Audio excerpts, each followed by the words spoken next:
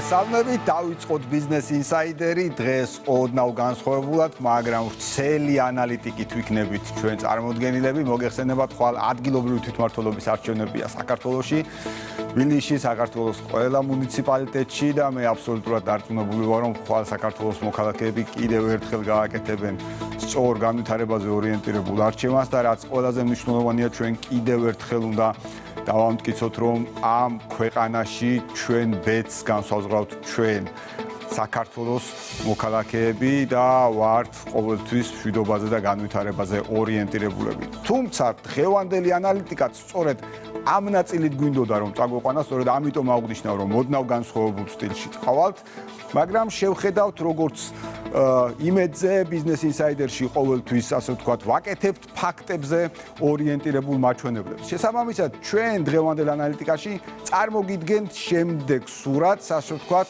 როგორი სიტუაცია იყო ეკონომიკურად საქართველოში 2021 წლის ადგილობრივი თვითმმართველობის არჩევნების დროს და როგორი ვითარებაა ახლა საქართველოში მიმდინარე წელს უკვე ადგილობრივი თვითმმართველობის არჩევნების წინ. გარკვეულწილად ჩვენ შევაჯამებთ და შევაფასებთ, შევადარებთ 4 წლიან პერიოდს და ამ ყველაფერს გავაკეთებთ არა მხოლოდ ქვეყნის ჭრილში, არამედ უპირატესად რეგიონების და მიხედვით, სადაც რა თქმა უნდა მოიაზრება და წარმოდგენილია თითოეული მუნიციპალიტეტი.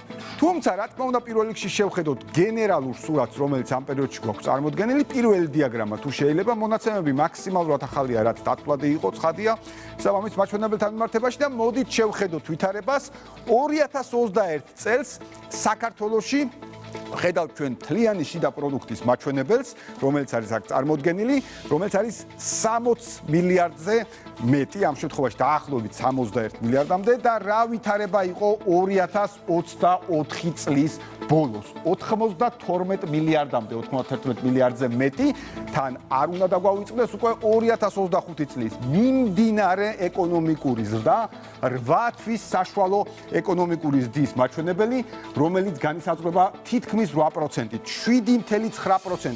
სხვაგვარად რო ვთქვათ, ფაქტი ეს ყველაფერი არის, რომელიც წარმოვადგინეთ ჩვენ 2025 წლის ბოლოსთვის, ანუ ამ პერიოდისთვის უკვე შეგვიძლია აბსოლუტურად თამამად ვთქვათ, რომ საქართველოს ეკონომიკა გაიზრდება 100 მილიარდ ლარამდე. ამ ფარგლებში იქნება შესაძლოა აღემატებოდეს 100 მილიარდ ლარს, რაც ნიშნავს ამ წლების განმავლობაში 40 მილიარდიან მატებას. 4 წელიწადში თვითმმართველობის არჩევნებიდან თვითმმართველობის არჩევნებამდე ჩვენ პრაქტიულად საუბრობთ რეალურ ციფრებში, ანუ 8 თვის საშუალო მაჩვენებლის ჩართვით ჩვენ ფაქტიურად საუბრობთ 40 მილიარდიან მატებაზე. კიდევ ერთხელ, მხოლოდ 24 წლის ბოლოს ეს მაჩვენებელი იყო 30 მილიარდზე მეტი. მოდით ახლა შევხედოთ შემდგომი დიაგრამა, უკვე ვითარებას, სადაც თლიანი შიდა პროდუქტის გადანაწილება ხდება როგორც თბილისში, ისე რეგიონებში. ამ შემთხვევაში 23 წლის მაჩვენებელი, ანუ ჩვენ საუბრობთ 80 მილიარდის გადანაწილებაზე, მაგრამ პროპორცია შეგვიძლია დაშვება გავაკეთოთ 10 მილიარდის, რომელიც დაახლოებით იგივე სურათს შეგვიქმნის.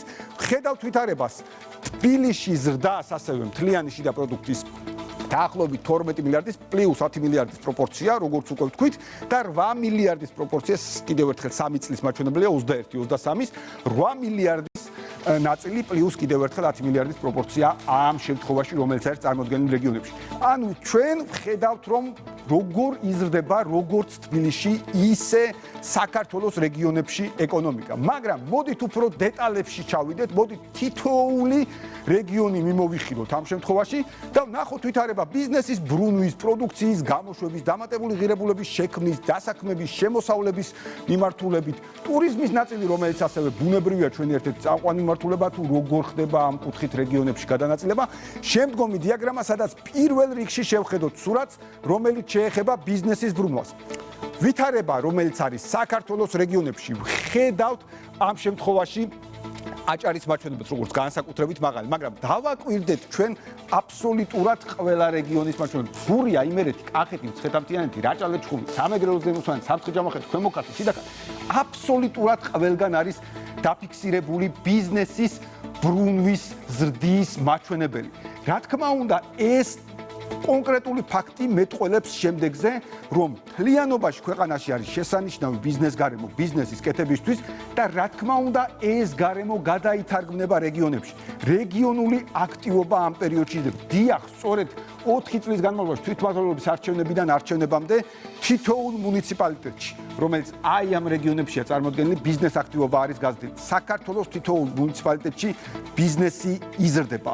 ბიზნესის ბრუნვა არის სოლიდურად გაზრდილი და კიდევ ერთხელ შეგვიძლია ვნახოთ ეს ნაწილი. თუმცა აქვე შევხედოთ ჯამურ მაჩვენებელსაც, არ დაგვავიწყდეს თბილისი, რა თქმა უნდა, თბილისის მაჩვენებელი ჩვენ ხედავთ ბიზნესის ბრუნვის მაჩვენებელს, რომელიც არის სოლიდურად გაზრდილი და მთლიანობაში კიდევ ერთხელ მთელი საქართველოს მაჩვენებელი, რომელიც ამ ნაწილში გვაქვს წარმოდგენილი. ცხადია, ერთია ბრუნვა, მეორეა პროდუქციის გამოშვება, რომელიც სწორედ თლიანში და პროდუქტის უმნიშვნელოვანესი კომპონენტია. თუ შეიძლება შემდგომი დიაგრამა ვნახოთ პროდუქციის გამოშვების მიმართულებით, რა ვითარება გვაქვს ამ შემთხვევაში და ვხედავთ ჩვენ ამ ნაწილს. აჭარის შემთხვევაში თითქმის 2 მილიარდით გაზრდილი.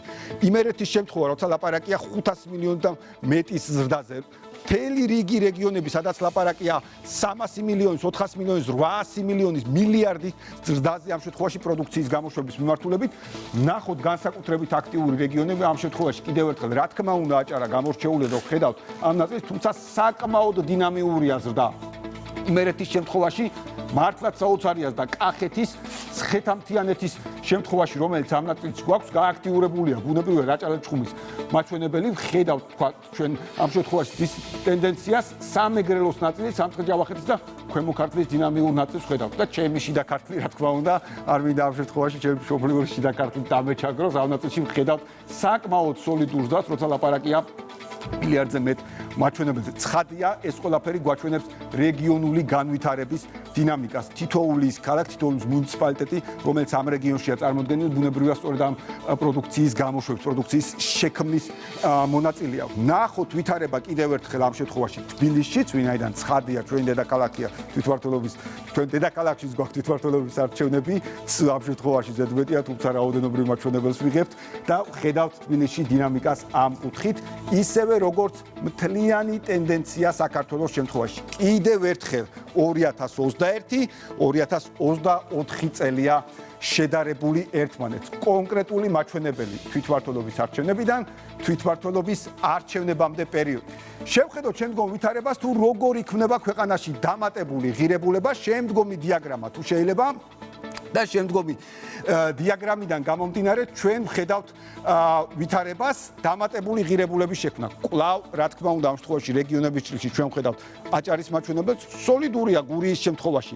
ზრდის ტენდენცია იმერეთის, კახეთის, მოგეხსენებათ, კახეთი ყალიბდება სრულიად სხვა რეალობად, ბუნებრივია ამ შემთხვევაში ტურიზმის ტენდენცია განსაკუთრებით მნიშვნელოვანია, ტურიზმს აუცილებლად შევეხებით, გარდა ისა რომ ღვინო იქმნება კახეთში, სხვა რეგიონები მაპატიებენ, მაგრამ ჩვენ ამ შემთხვევაში თუნდაც ხარისხობრივ რაოდენობრივ მაჩვენებელს აღვდგათ ერთი წუთით ხარისხზე არ ვიმსჯელოთ ამ შემთხვევაში, სხვადასხვა გემოვნების ნაწილია, მაგრამ ნამდვილად ღვინის საექსპორტო პოტენციალის დიდი ნაწილი სწორედ კახეთის რეგიონზე მოდის. კვლავ ცხეთამთიანეთის დინამიკას ვხედავთ აქ, რაც განსაკუთრებით მნიშვნელოვანია, კიდევ ერთხელ რაჭა-ლეჩხუმის, სამეგრელო ზემოთვანეთის, სამცხე, ქვემო ქართლი და შიდა ქართლი, ქვემო ქართლის დინამიკას ვხედავთ, რომელიც საკმაოდ საინტერესოა.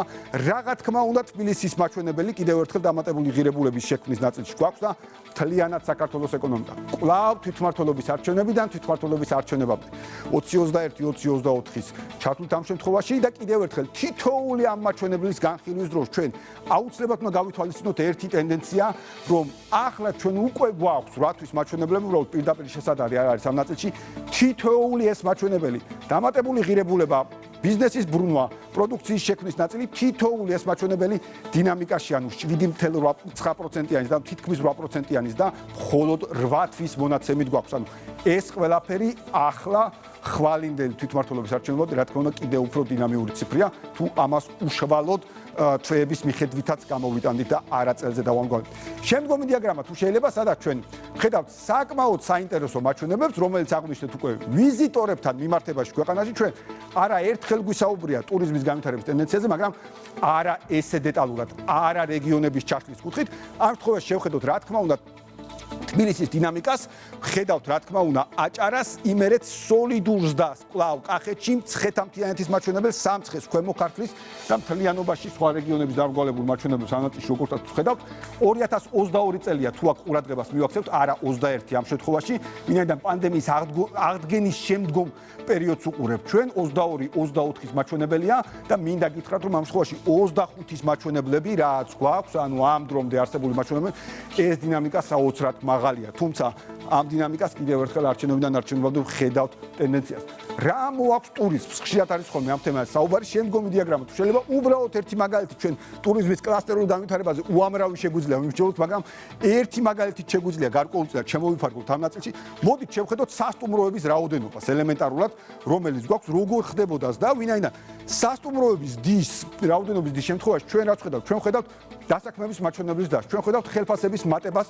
ტურიზმის სექტორში ჩვენ ხედავთ დამატებითი პროდუქციის და დამატებული ღირებულების შექმნას ტურიზმის სექტორში და შევხედოთ თბილისს კვლავ სადაც 600 სასტუმრომდეა უკვე აქ ბუნებრივია არ მოხდა ფანტასტიკური სასტუმრო რომელიც რამოდენიმე დღის წინ გაიხსნა საუბარი ამ შემთხვევაში პარაგრაფ თაბორზე რომელიც მართლაც საოცრება იქნება ჩვენი დედაქალაქისთვის არის უკვე ერთ-ერთი სავიზიტო ბარათი იქნება დარწმუნებულია როგორც ადგილობრივებისთვის ისე ბუნებრივია უცხოელი ტურისტებისთვის ეს გადაიქცევა მართლაც უსაყვარლეს ადგილად ვესწრებოდით ამ გახსნას რომელიც იყო მართლაც შთამბეჭდავი 500 მილიონზე მეტი ინვესტიცია განხორციელდა ხომ წარმოგვიდგენია რა მოცულობის ინვესტიციაზე ამ შემთხვევაში საუბარი და რა დონეზე სტიმულია ეს ასე ვთქვათ ჩვენი ქვეყნის ეკონომიკისთვის თლიანობაში და დიახ ამ ყველაფრის ნაწილია და როცა ვსაუბრობთ 600-მდე სასტუმროზე 2024 წელზე ვსაუბრობთ ამ შემთხვევაში და ბუნებრივია ამ ყველაფერს დაემატა ერთი კონკრეტული მაგალითი ამ შემთხვევაში თქვი ოღონდ არ არის ეს მე-600 ეს იქნება დაახლოებით 700-ისკენ გადადგმული ნაბიჯი ხედავთ აჭარის მაჩვენებელს ამ შემთხვევაში სასტუმროების მაჩვენებელს 100-ზე მეტი წელს ხედავთ გურიის შემთხვევაში და საკმაოდ საინტერესოა გურიის დინამიკა ამ შემთხვევაში ტურისტული კუთხით მინდა აღვნიშნო რომ გურიაში ასევე საკმაოდ საინტერესო შეკვეთილი ზოლის განვითარების მიმართულებაა ამ შემთხვევაში და ხედავთ იქაც ფანტასტიურ მშენებლობებს რომელიც რა თქმა უნდა ადგილობრივების დასაქმებას ადგილობრივების ხელფასებს უზრუნველყოფს ამ შემთხვევაში და რა თქმა უნდა ადგილზე ქმნის დამატებულ ღირებულებას რაც რეგიონის განვითარებას ემსახურება შთამბეჭდავი ობიექტებია გურიაში და კიდევ ერთხელ აქაც საინტერესოა სწორედ პარაგრაფის კლასტერული განვითარება ამ ნაწილშიც რამხელა სტიმული მისცა მაგალითად პარაგრაფმა გურიის შემთხვევაში განვითარების ნაწილს ხომ ეს არის სწორედ გადამდები ეფექტი რომელიც ტურიზმში ხდება ხოლმე და ხედავთ კიდევ ერთხელ დინამიკას ამ შემთხვევაში თითოეულ რეგიონში შიდა ქართლი ქვემო ქართლი სამცხე სამეგრელო რაჭა-ლეჩხუმი ქვემო სვანეთი ზემო სვანეთი მცხეთა-მთიანეთი კახეთი ყველგან ეს დინამიკა არის შენარჩუნებული ამ შემთხვევაში აღებულია კვლავ 2021 წლის მაჩვენებელი ანუ აი პანდემიის შემდგომ პერიოდში აი აღდგენის ნაწილი და სასტუმროების გახსნა ხო ეს არის თითოეული ბიზნეს ობიექტის გახსნა ბუნებრივია კიდევ ერთი დიაგრამა თუ შეიძლება შემდეგი დიაგრამა სადაც ჩვენ შევხედავთ უკვე დასაქმების რაოდენობას რომელიც ყოველთვის ყველას გვაინტერესებს რომ რა ხდება დასაქმების მიმართულებით და ვხედავთ რომ პრაქტიკულად ყველა რეგიონში ამ კუთხით გვაქვს საკმაოდ სოლიდური მაჩვენებელი მათ შორის არის კახეთი შიდა ქართლი ქვემო ქართლი ასე შემდეგ თითოეული ეს ყველაფერი აისახება ბუნებრივია დამატებული სამუშაო ადგილების შექმნაზე რომელიც გვაქვს წარმოდგენილი აქ აუცილებლად მინდა შევხედოთ ასევე თბილისის მაჩვენებელს ხადია ეს მაჩვენებელი თბილისში იზრდება და მთლიანობაში საქართველოს მაჩვენებელს რაც თავარია ჩვენ ვხედავთ რომ დასაქმების მაჩვენებელი გადანაწილებულია რეგიონებზე რეგიონები ვითარდება რეგიონებში იქმნება დამატებით სამუშაო ადგილები თუმცა სამუშაო ადგილები გვჭირდება სწორედ შემოსავლის უზრუნველყოფისთვის მოდით ნახოთ შემდეგი დიაგრამა სადაც ჩვენ უკვე შემოსავლების ნაწილსაც შევხედავთ ერთი შინამეურნეობის შემოსავალი, მარტივად რო ვთქვათ, ერთი ოჯახის შემოსავალი. შევხედოთ ვითარებას რეგიონებში, რომელიც ამ შემთხვევაში გვაქვს წარმოდგენილი, მათ შორის თბილისის ვითარებასაც შევხედავთ, სადაც 900 ლარზე მეტი ზრდა, თუმცა შევხედოთ კახეთის მაჩვენებელს, სადაც საუბარია რომ 600 ლარზე მეტი ზრდა, 400 ლარზე მეტი ზრდა შიდა ქართლის შემთხვევაში, ასევე 400 ლარზე მეტი ზრდა ამ შემთხვევაში ქვემო ქართლის ნაწილში, სამცხეს შემთხვევაში 400 ლარზე ვსაუბრობთ, 700 ლარზე ვსაუბრობთ, აჭარის შემთხვევაში დაახლოებით 500 ლარზე 400 ლარზე არის გურიის შემთხვევაში საუბარი სამეგრელო ზემო სვანეთის შემთხვევაში დაახლოებით 500 ლარზე ვსაუბრობთ ასევე ვსაუბრობთ 700 ლარზე იმერეთის შემთხვევაში მცხეთა-მთიანეთის შემთხვევაში ასევე ვსაუბრობთ ჩვენ 400 ლარზე მეზე რაჭა-ლეჩხუმის შემთხვევაში 700 ლარზე ფაქტიურად ანუ ეს არის კიდევ ერთხელ თითოეული ოჯახის შემოსავალი რომლებიც ცხოვრობენ საქართველოს რეგიონებში იმ მუნიციპალიტეტებში სადაც თვითმმართველობის არჩევნები იმართება კიდევ ერთხელ ეს შემოსავლების ზრდა არის 2021 წლის თვითმმართველობის არჩევნების შემდგომ დღემდე უпростоრად 24-ის მაჩვენებელი, თუმცა ჩვენ ვნახეთ რომ ეს კიდევ უფრო მაღალია, ვინაიდან უკვე გამოქვეყნებული მონაცემები, რომელიც ასახავს მიდინარე წელს რამოდენიმე თვეს აი ამ დინამიკას დის. კიდევ ერთხელ საშუალოდ, როცა 8%-იან ზდაზე ვსაუბრობთ, ეს ყველაფერი აისახება სწორედ ხელფასების დაში. შემდგომი დიაგრამა, ნახოთ შემდგომი დიაგრამა ამ შემთხვევაში, სადაც ჩვენ ვხედავთ სიღარიბის აბსოლუტური ზღვარცქვამოთ ყოფი მოსახლეობის წესს, ამის შესახებ პრემიერს არაერთხელ გაუკეთებია განცხადება. ნახოთ საქართველოს ვითარება, ახაც 20-21, 20-24-ზე ვსაუბრობთ, კიდევ ერთხელ 20-25-ში ეს ციფრი კიდევ უფრო შემცირებულია. ჩვენ ვსაუბრობთ ფაქტიურად განახევრებულ სიღარიბეზე, ერთის ამაჩვენებელზე, თბილისის შემთხვევაში ფაქტიურად განახევრებულ მაჩვენებელზე. ხედავთ, ეხა უფრო რომ ჩავიდეთ დეტალებში, თითოეულ მუნიციპალიტეტის შემთხვევაში, ხედავთ ქალაქების შემთხვევაში, ასევე ფაქტიურად განახევრებულ მაჩვენებელზე და სოფლის შემთხვევაში ასევე ფაქტიურად განახევრებულ მაჩვენებელზე. შედარებისთვის რომ ავიღოთ ეს მაჩვენებელი, 30% იყო სიღარიბის მაჩვენებელი საქართველოში 2012 წელს. თუმცა კიდევ ერთხელ ჩვენ ამ შემთხვევაში შედარებას ვაკეთებთ 21-24 წლის მაჩვენებელს და განახევრებული გვაქვს სიღარიბე.